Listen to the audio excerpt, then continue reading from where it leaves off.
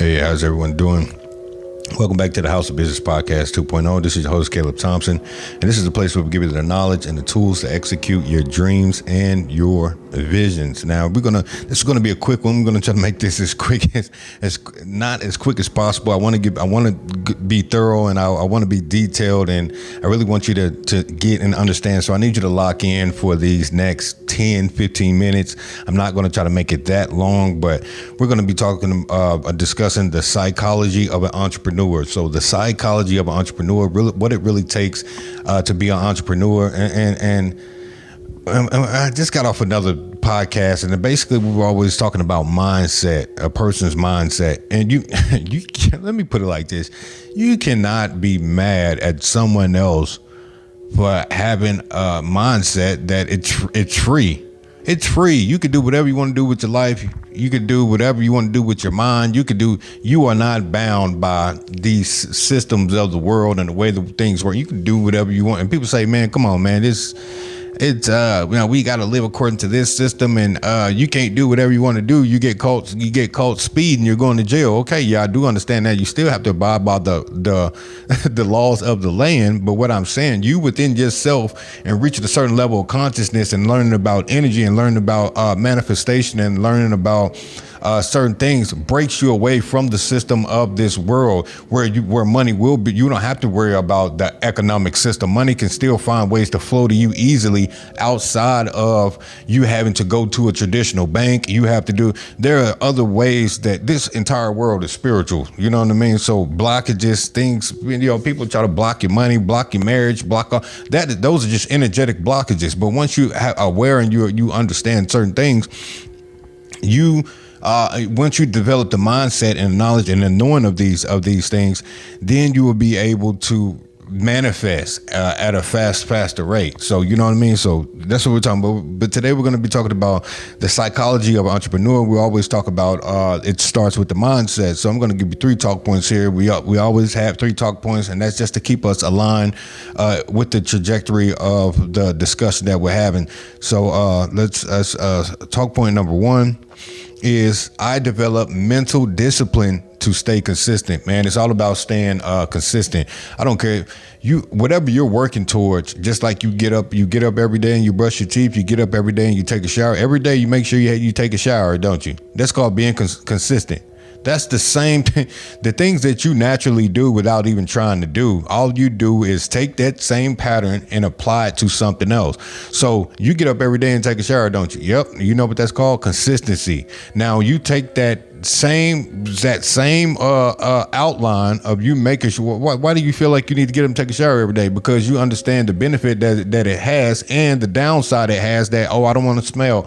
I want to stay clean. Okay, yeah, it has pros and it has cons. You take that and you apply it to You apply it to another area of your life that you want to accomplish, and say, okay, the thing is that I know it's going to produce. It's going to produce something. It may not happen right now, so there's going to be pros and cons to everything you want to do. But the first thing you want to do is apply that. Let me put it like this: there are a lot of things that an entrepreneur or a wealthy person does that people naturally already do. They just don't channel that or direct that energy towards accomplishing a certain thing.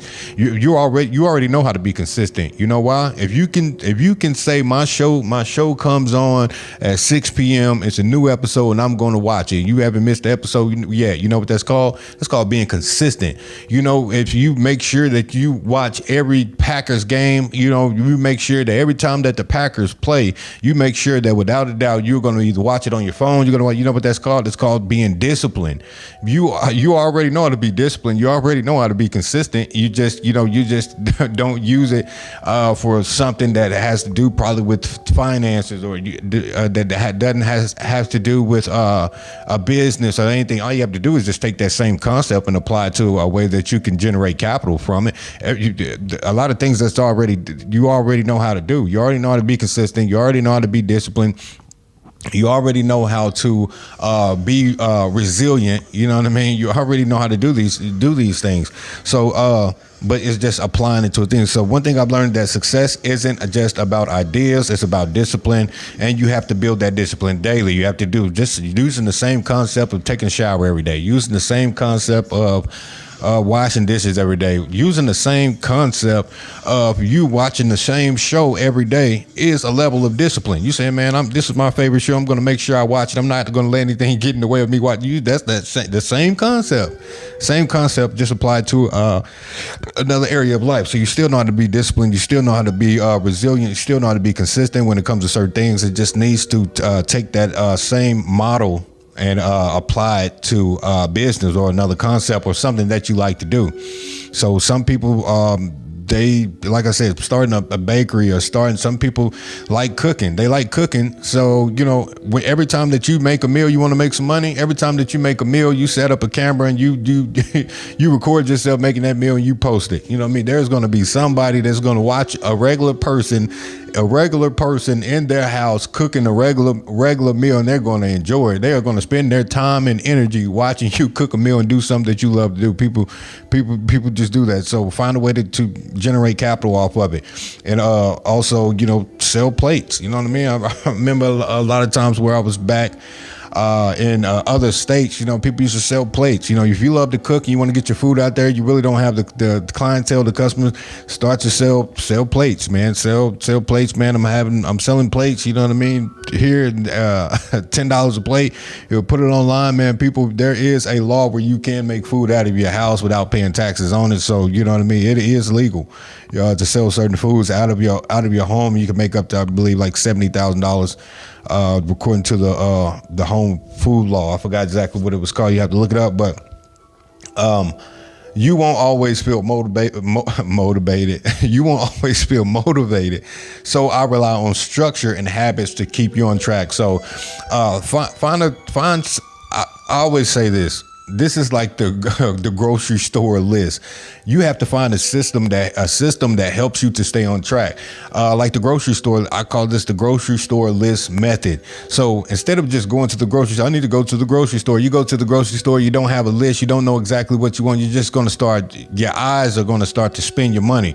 Oh, I have some pasta that I haven't even eaten. I just seen it and thought it was some good to have, and now it's still stuck in the cabinet. You know what I mean? Knowing I didn't even need the pasta. It's because I didn't have a list. I just went in and started grabbing stuff and start imagining if I would like it. So the grocery store list method is a way to make sure that you document not only your wins, but the trajectory of what you're trying to accomplish. You basically give yourself parameters to basically say, I'm going to do this day. And the good thing about this is that you don't have to dedicate a full day into accomplishing something. You can dedicate an hour out of your day. You know what I mean? You can dedicate an hour out of your day to accomplish something within a week. Man, let me tell you something, man. The human being is so intellectual and so smart and so flexible and adaptable. You could take a person, you could take a man, put him through training, turn him to a soldier, and put him in the middle of Iraq. You know what? And because the heat and the climate is there different, his body is automatically going to adjust to being able to operate, think, and handle pressure in that amount of heat, even with his gear on.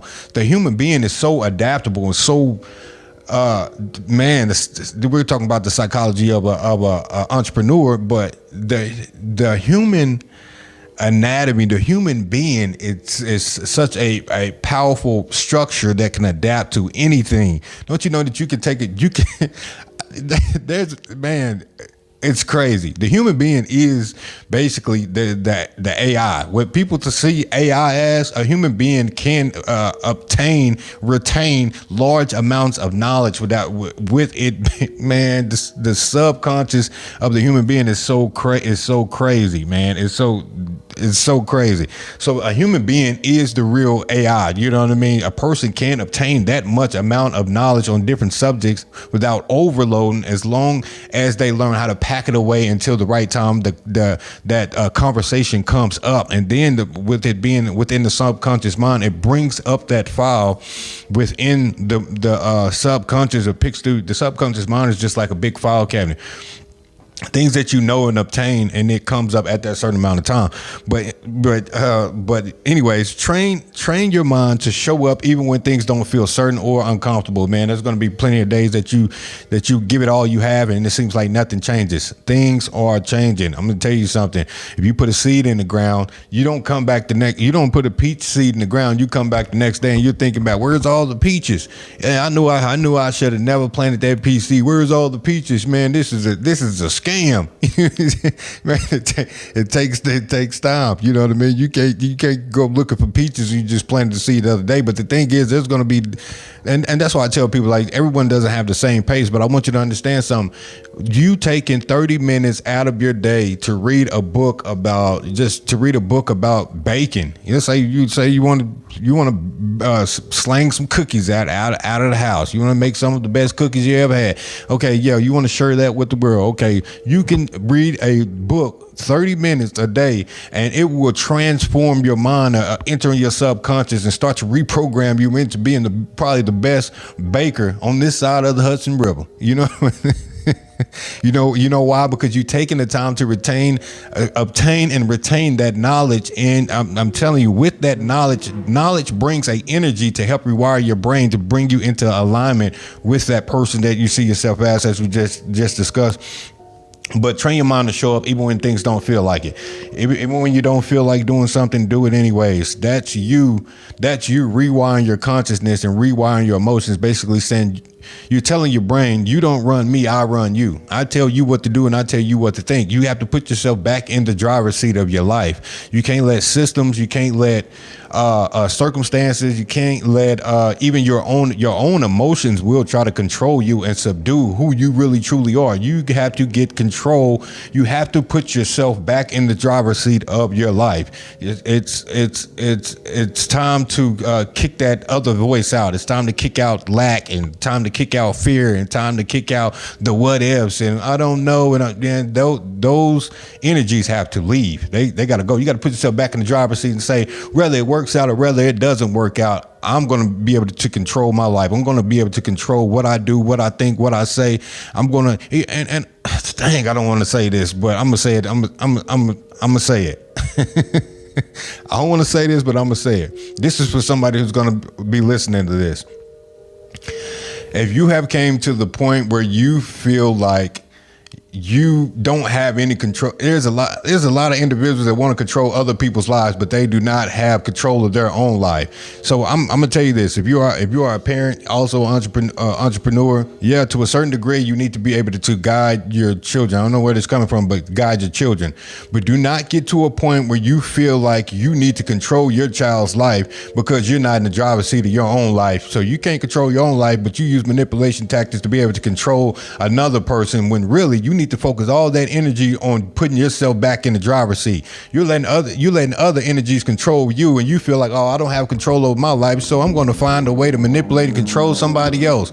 No. What you need to do is you need to stand up to that voice. You need to stand up to that emotional energy that's making you run around like a chicken with your head cut off. You know what I mean? You need to get back in the driver's seat. You need to be conscious of who you are and that you control your life. People say, man, okay, kick out the excuses. We're not talking about, well, yeah, that sounds easy. I'm not saying it's easy, but what I am saying is this. If you can hear your own thoughts, you can hear yourself speaking to yourself. You can hear that's you. That's you. That's who you are. And then there's also going to be another voice or another energy or something that tries to manipulate or to control your mind. There are spirits and energies trying to control you, but you yourself, that person who you're speaking to within yourself, your spirit needs to get in control of this avatar, of this body that you're in. Yeah, you're not going to be perfect. You're going to make mistakes, but that voice that's in you, that is your spirit. That is your spirit being able to control this vehicle, this fleshly vehicle. Yeah, people think that, oh man, the world is just what it is, and I was born into a family. No, you are a spiritual being implanted inside of a fleshly avatar. This body is not who you truly are. That voice within yourself, your spirit of the person who you are and who controls it, that is who you truly are. You are a spiritual being operating in a natural world. So look at it as that this body is just a vehicle to help you to experience the human life, to experience this reality. But when you leave this body, you're going to go back to the natural world from which you came, back to the spiritual realm where everything is open, everything is open. Manifestation happens quickly. So, but you are just experiencing a human. You are having a human. You are a spirit having a human experience. You are not. You are not, you know what I mean, Dave Matthews that was born to Jim and Tim Matthews in 1968. That's not who you are. That may have been the avenue, or that may have been the channel through which you came into this earth, but that's not who you are. That is just that's just how it was written for you to come into this world, but that's not you, who you are in the spiritually. But anyways, number 2, learn to make decisions under pressure. This is the big one. Learn to make decisions under pressure. Do not let the pressure help you to make a decision.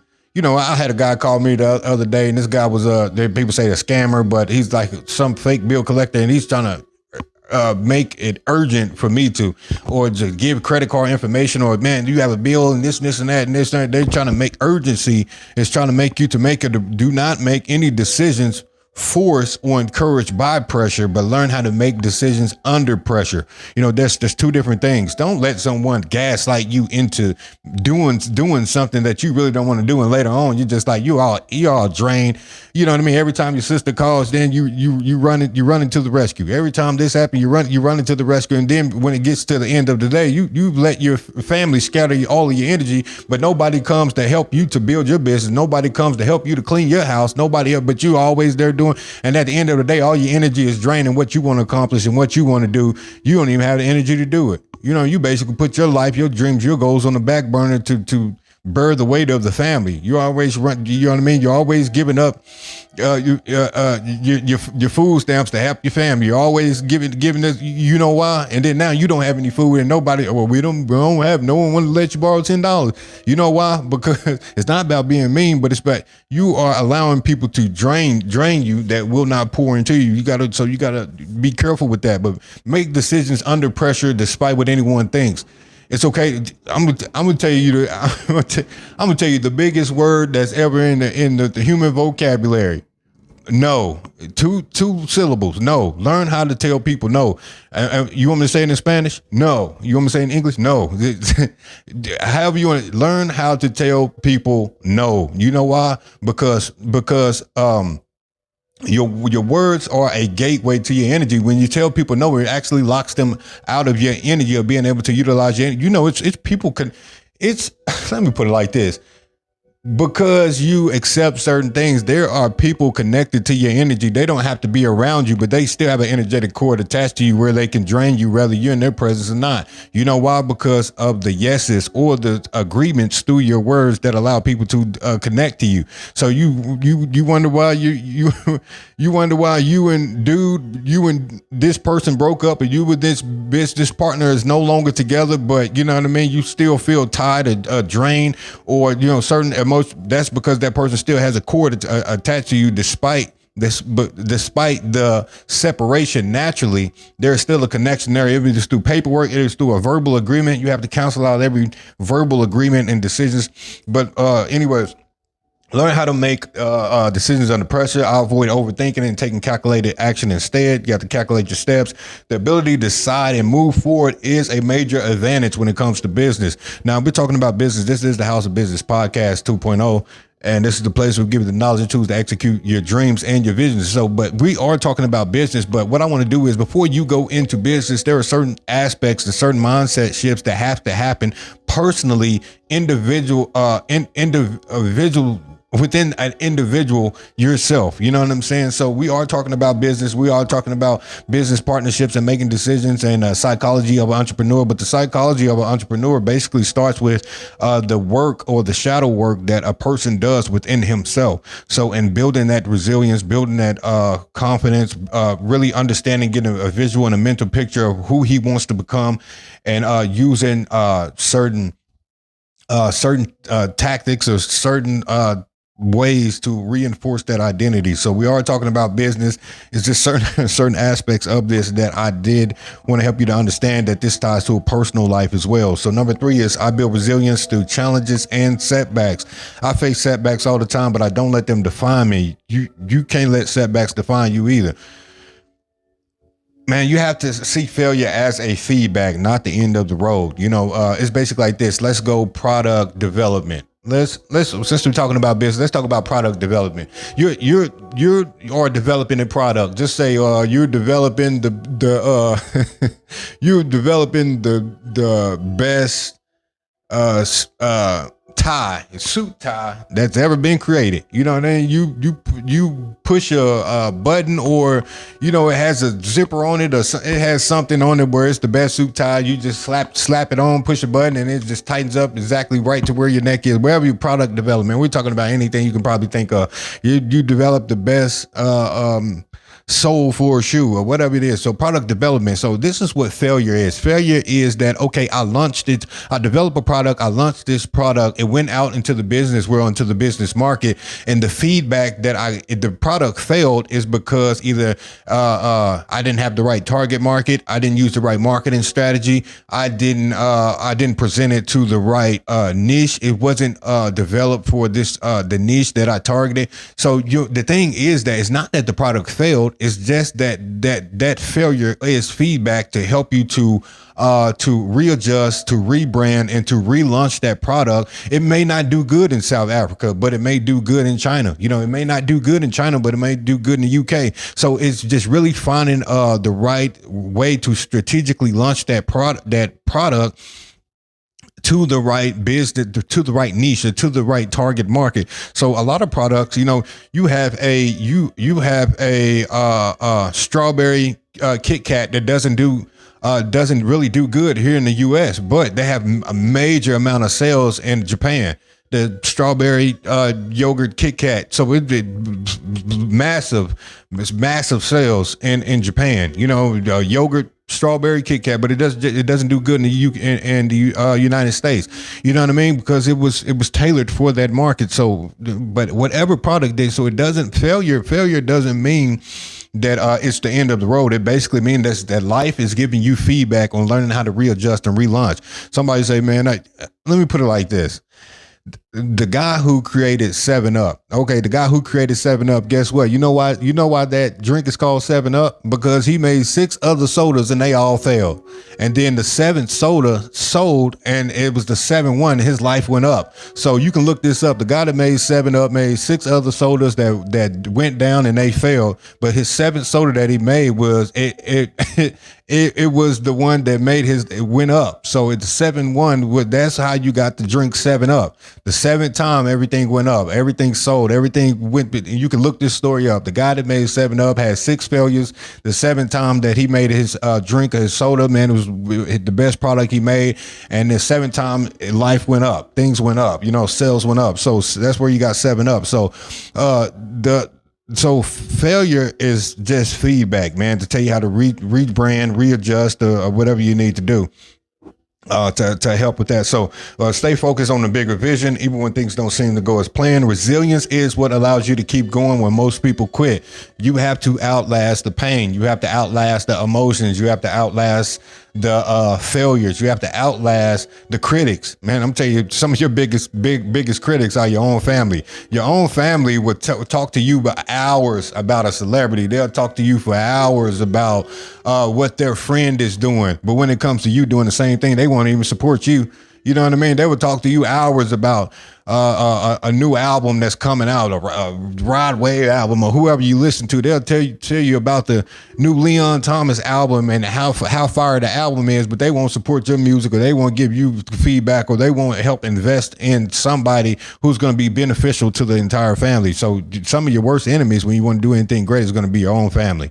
You know what I mean? So I'm just going to tell you that right now, but you have to outlast the critics. And when I mean critics, I don't mean there's someone giving you some good feedback. If someone tells you can't sing, and you kind of know you believe you can, but you can't, maybe you might want to do a hybrid. Maybe you want to learn how to hit the notes that you can hit, and then integrate some type of rap some type of rap skill, or just come up with your own. Maybe you don't need to sing the whole song. Maybe you need to figure out what notes that you can hit that sound good and start to integrate another form of a language or something that makes it work for you. So all criticism isn't bad. Some of it is constructive, but you have to learn how to differentiate between constructive criticism and someone hating, you know what I mean? Someone just hating on you, you know what I mean? So you have to really learn how to discern those things, but use everything as feedback, man, and to learn how to readjust.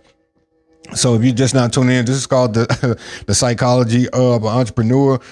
Probably next week we'll go into emotional intelligence and entrepreneurship. This was kind of a hybrid between your personal life and business. I know this is a business podcast, but just avoid overthinking and take calculated steps when you are an entrepreneur. This is a big part of your psychology. You know what I mean? You have to see failures as feedback and not the end of the road. So, man, I'm glad you guys tuned in, man. We'll see you back here next Saturday, 6 p.m. Eastern Standard Time. Coming live from New York City. And this is a place where we give you the knowledge and the tools to execute your dreams and visions. See you guys later. Peace.